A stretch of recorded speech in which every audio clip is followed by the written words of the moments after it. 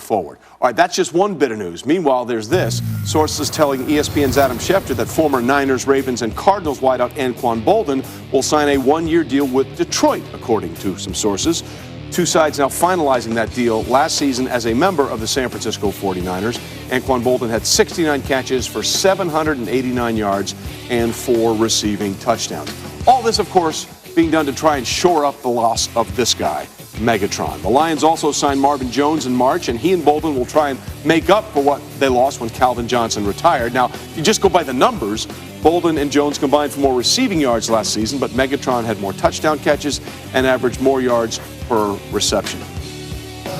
It's not apples to apples, obviously, because Calvin Johnson was a game breaker, a game changer. You defended him differently than you will defend either Marvin Jones or Anquan Boldin. But are they doing enough to try and fill that void, Jerome, in your opinion? I think they are. I think they're addressing the needs adequately. And for what these players do, they're getting the best of, I guess, both worlds, if you want to look at it that way. But Matthew Stafford has to step up. This is the year where now he has to be the leader. Calvin Johnson was the guy, and we don't know if it was just because of his numbers, but Matthew Stafford has to now assume the lead and say, listen, this is my team. I have to do the things necessary to make us a better football team. He can't now just throw in the double coverage like he used to when Calvin Johnson was there and allow Calvin Johnson to get him out of trouble. Now he has to make the accurate throw, the correct throw, and really not throw into those coverage issues like he has in the past. Listen, Golden Tate's going to be their number one wideout now. And so now when you sign somebody like Anquan Boldin, you, I believe, are hoping to get the things that you never really got out of Eric Ebron. And that's somebody that's going to dominate the middle of the field. And Anquan will give you that. He doesn't have, a ton of speed anymore, but what he has is toughness, competitiveness, and he's going to be a great influence for everybody on that football team, not just on the offensive side of the ball. And so I think what you're getting is somebody that can dominate the middle of the field, and that should help their new number one wideout, which is now Golden Tate in my estimation. And to be fair, sometimes it was triple and quadruple coverage that they were thrown into, and Megatron would just go up and snatch it out of the air. He will certainly be missed in Detroit.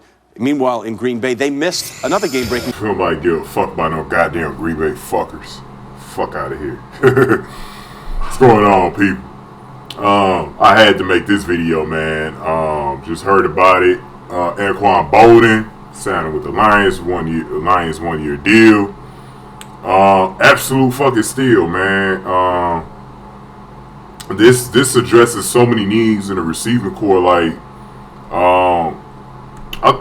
ESPN, they let off at the Cowboys. I'm surprised they was even talking about us, that they even spent a minute on us, you know what I'm saying? They spent about 2 minutes on this fucking deal. But, you know what I'm saying? But, hey, Anquan Boldin, big-ass name receiver, man. One of the best receivers in the league the past, 10-plus years. I think he's been in the league since 2003. I remember when he fucked our defense up. His first game back in 2003, I'll never forget that one. But the funny thing about that game was Joey Harrington was on fire in that fucking game, dog. Joey Harrington, I thought, man, after that game, man, I was like, man, Joey Harrington, he gonna lead us to the promised land. Steve Mariucci, let's go, and then it all go flat after that. So I can't find that game on YouTube anywhere. I hope someone upload that fucking game one day, man, because if there's any line game I've been dying to see, it's that one, man. I really want to see that fucking game on YouTube one day. That fucking opening game of the 2003 season, man. But, yeah, that's when I knew Anquan Boldin was going to be legit. You know what I'm saying? He was going to be the shit. I remember they had Jeff Blake as a quarterback and all of that shit. Just good memories, man. But, yeah, man, surprisingly, the ESPN dudes, I agree with what they said, man. The only thing that I don't agree with is that what Jerome Bettis said about Matthew Stafford relying on Megatron. He really never relied on Megatron the last couple of seasons. Like, when he hasn't played with Calvin Johnson out there, he's been spreading the ball around. And he was spreading the ball around last year when Calvin Johnson was in there the second half of the season. So I think that shit, man. I'm getting so fucking tired of hearing people bring up Matthew Stafford relying on Calvin Johnson. He stopped doing that like after 2013, man. Like the last couple of seasons, like I said, he been spreading the ball around. He been really since he had Golden Tate, man. He's really felt comfortable throwing the ball to other receivers a lot more. So I think that's been a myth, and Matthew Stafford gonna be okay, man. Actually, this move probably secures that he's gonna have a really good season. The only thing, like I said, that's gonna stop us is injuries. That's the only really thing that's gonna stop that I can see stopping us right now. The injuries in the offensive line. But I actually believe the offensive line will do their thing. The only thing I cannot predict is injuries. You know what I'm saying? I think the offensive line will be decent this year. It'll definitely be better than last year. That's for damn sure. But yeah, man, you could tell, man, with this move, man, Quinn, he is not fooling around right now. It seems to be that Bob Quinn really wants this season to be all about competition, man. He is not comfortable. It doesn't seem like he's really comfortable with anybody. You know, he's comfortable with the top players. I'm just saying, like the bottom feeders and shit like that. It don't even look like he that confident with the backup quarterback. He just tried out Jimmy Clausen yesterday or some shit. I heard about that. Bro, this nigga he ain't staying pat, man. He is not comfortable, man. He know what he's doing, man. He's building the core of the team through the draft. He's putting bandages on shit this season in hopes that this team just goes to the playoffs. And they're well capable of doing it. I think this move might put him over the top because what I've been seeing out of Anquan Boldin, he's 36 right now, but what I've been seeing out of Anquan the last couple of years, this nigga can still go. He's a physical receiver, and that was probably the one thing I was worried about with this receiver corps. Do we have any really good physical receivers? Like Tate is kind of physical, but he's still not a big dude.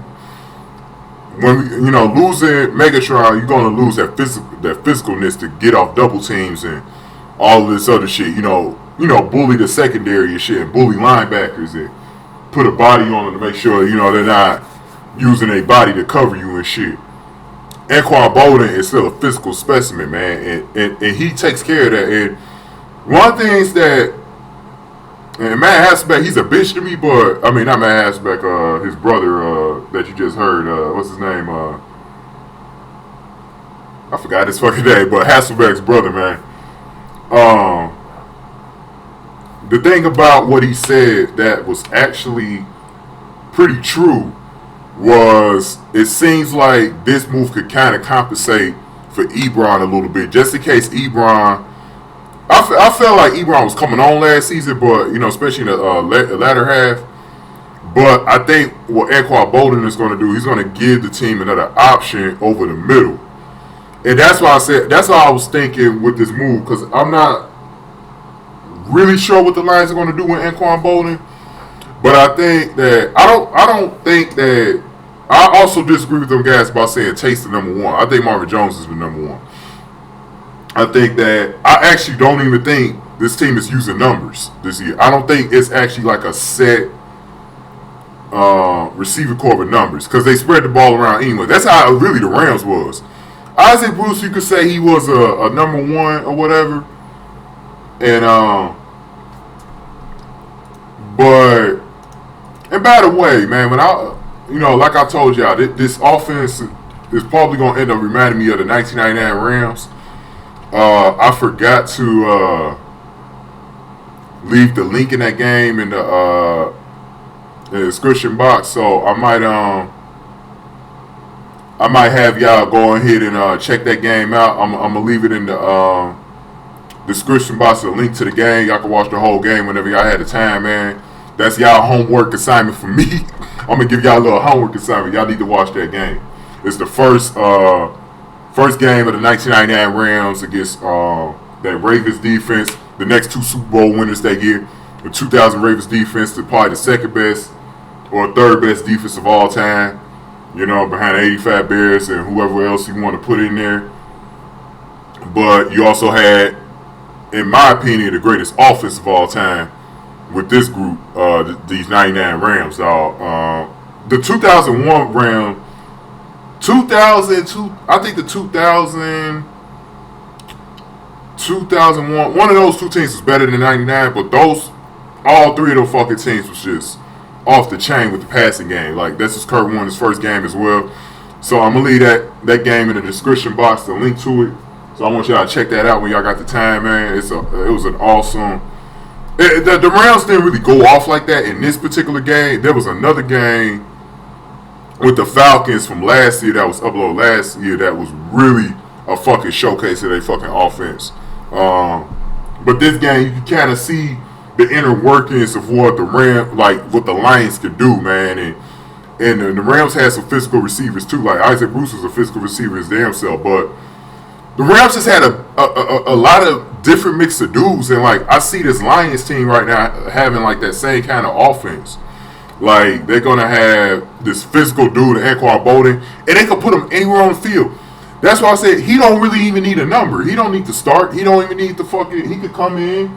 He could even relieve dudes. Like Jimbo Cooter don't even need to use all three of them on the field at the same time. He could relieve these dudes. Like he can actually literally have he can have fucking Golden Tate and Marvin Jones out there. Then when he ready to relieve one of them, Anquan Boldin still capable of playing number 1 or 2. You know, he could go deep, you know. But I think the Lions got such a balanced receiver core right now. They got the best of both worlds, of all the worlds. I mean, they got the fast receivers, the downfield threats, the possession receivers, the physical receivers. They got the sneaky fast over the middle receivers like Curly and shit. You got T.J. Jones, who's still going to be a beast. Andre Roberts, Andre Caldwell. Just that receiving position battle, that battle during the training camp and preseason this year is going to be awesome to watch. Because now all them dudes going to be on the team. But, man, this puts more interest in it. And I think this is, and don't forget, that's just the receiving core, man. You know, that's just the fucking receiving core. We still got Ebron, and I think we got this new tight end that they've been crazy about. We're going to hear a lot more of him, you know, as training camp and the preseason goes along. So tune in for that one. And then we got, who else we got, man? We got our running backs. That's the other part of this team. That was the thing about those 99 Rams. They had Marshall Faulk, Holcomb, and all these other niggas that used to come out of the backfield catching the fucking football. That shit was lethal. You didn't know who to fucking defend, man. You didn't even know who to fucking defend on that team. That's why this team is a lot more dangerous without Calvin Johnson, because nobody knows who's getting the football. You already got an offense right now under JBC that they're going to spread the fucking football around, man. Matthew Stafford said it himself. We're going to spread this fucking football around this year. You know, you cannot lock on to one target this year, dog. So you're going to see, I think the best thing the defenses could do this year is just play fucking zone, because forget about playing man-to-man. You ain't going to know who the fuck is getting the ball if you playing man-to-man. So, this shit is going to be, this shit got me really excited right now, because to get Anquan, like, after not getting Arian Foster last week, I was a little down about that, because y'all know I'm a Texas fan as well. And I was like, man, we almost could have got this nigga, but we didn't get him, which is okay. But look, man, like I said, I'm going to say this. This shit is going to be fun to watch this year. And now that we got Anquan Boldin, even if we just have him for a season, which is more than likely, I don't know if he's still going to play next season. I hope we can keep him. But if we keep Anquan Boldin, man, that is huge. You know? But I'm just focused on this year. I'm not even going to worry about next year. Just this year alone, having him on the field, as long as, if this receiver's core stays healthy, man, it's going to be fucking lethal this year. And like I said, motherfuckers do not sleep on Marvin Jones. That nigga, because this is the last thing I'm going to say about Anquan Boldin. What he does for this particular team, now I'm talking about what he did for the Cards, the Ravens, or the 49ers in the past. What he does for this Lions team is, if you believe in this, now you have to believe in this, because it's a myth sometimes, man. He could honestly make the other dude's job a lot more easy by being out there. Because I think who this benefits the most, I think it's going to be Eric Ebron. I think Eric Ebron is going to benefit the most from this shit. Because you got all of these other weapons. So when Eric Ebron get the ball, he going to get the ball a lot in wide open space, man. He is. Because guys know they got to worry about Abdullah getting the fucking ball out of the backfield, Theo Reddick, Zinner, Ridley, whoever would win that fucking job back there, Michael Burton. Shit. If we could get Taylor Decker to catch the ball like J.J. Watt, because I heard he could do that. I heard if you could put him in them situations once or twice a season, you could get Taylor Decker to catch the ball in the red zone, man. If they want to be that tricky, man. But I'm stoked, man. This is by far, after Marvin Jones, the best move that I honestly think they made outside of the draft this offseason. Like, I didn't even know we was getting another big name this season. Like, to get Anquan Boldin was a goddamn fucking steal, man. It was a goddamn fucking steal, man. Because now any worries you have about this offense now goes the fuck away. The only worries that I said you should have is the offensive line and injuries. That's it. This shit is a goddamn machine. We're going to go into week 1 against the Colts putting up a 40 spot on these niggas. We're going to put up a 40 spot. I believe we putting up a 40 spot. If we don't put it up against the Colts, man, we putting up a 40 spot against the Titans. One of those first 2 fucking games, we are putting up a goddamn 40 spot on these motherfuckers. These motherfuckers are going to score so many goddamn points this season, man. It's going to be an arcade offense this year, man. Some Madden type shit, man. So just buckle up. And by the way, my guy Brian Lukes, you being a Cardinals fan, let me know how you feel about this move. Because I know you know Anquan Boldin better than anybody since he was playing the cards that fucking long, man. And by the way, I actually saw All or Nothing last night, man, before I went to bed, man. I saw about 2 episodes, and that series is great. It actually is a little better than Hard Knocks, man. Because I like the fact that they talk about the season, the regular season. You know, a Hard Knocks just talks about training camp and the preseason. I like the fact that they go behind the scenes with the regular season. You get to see all the shit that go into place, and it's interesting, man. For any guy that want to watch, obviously you need Amazon Prime to watch it. But if you got it, you got to watch it this week because it's not free after Monday, man. They actually dude, there was a segment. And I don't know if I want to post this shit on my channel because, I might get a strike. Because, I don't know. I don't know if the NFL be watching my videos per se. And sometimes I've been leaving clips in there. I haven't got caught. I've been doing this shit for about 2 years. I haven't got caught just yet by the NFL, but I wanted to show this segment so bad, man. It's a segment on there where on draft day, when the Lions got Abdullah, the general managers and the team president, Arians, they were all fucking pissed that we got the Lions, man. Arizona was actually going to go for Abdullah. So it worked out for us that the Cardinals was behind us, man. How important was that loss now against the Cardinals back in 2014, man? If the Lions had a better record than the Cardinals, man, the Cardinals would have gotten fucking Amir Abdullah, man. And I don't know if the Lions would have drafted David Johnson, man. That's the thing, man. At least Arizona got David Johnson out of that shit. You know what I'm saying? But they was going to go after Abdullah. That was going to be their pick for the second round in 2014, dog. That's the most, 2015. That was the most interesting thing about that first All or Nothing episode, man. I couldn't believe it. When Brian Luce told me about that, I was like, I gotta see this shit right now. I gotta see this shit. So, make sure y'all watch All or Nothing, man. Thanks for watching the video, man. Hey, I got another video out of me this week, man. I wasn't certain if I was going to, end up having to wait till next week to make another video, but got one out, man. So, I might still make another one to see how these training camp is going on the first week here, but, y'all subscribe to me anyways. And shout out to all my Detroit vs. Everybody Coalition dudes. Especially got a comment yesterday, Man Beast, man, LB, Dante Chase. Y'all know what it is, man. And all my commenters, man. Matter of fact, I'm going to shout out all the names right now in my comment section because I got video page up from yesterday. Kobe laughed. Good to see you, my nigga. Man, yo Lakers, man, they was fun to watch in Summer League, dog. That's gonna be a fun team to watch this year, Kobe. John Garcia, man, One Pride, Alex C, man, Ralph Green, Seth Kemp, who made a really good point on Calvin Johnson, us not missing him, and motherfuckers thinking that's the whole team, man. So shout out to all my guys, Caitlin K, man. I know you probably be watching this video at some point. All of y'all, man, you know. So thanks for watching this video, man. Anquan Boldin, dog. Can't wait to hear Man Beast talk about it. LB, Dante Chase, all y'all, man. Everything King, Hitman, all of y'all, man. Let's hear about this shit, man. All right, y'all. One. Peace.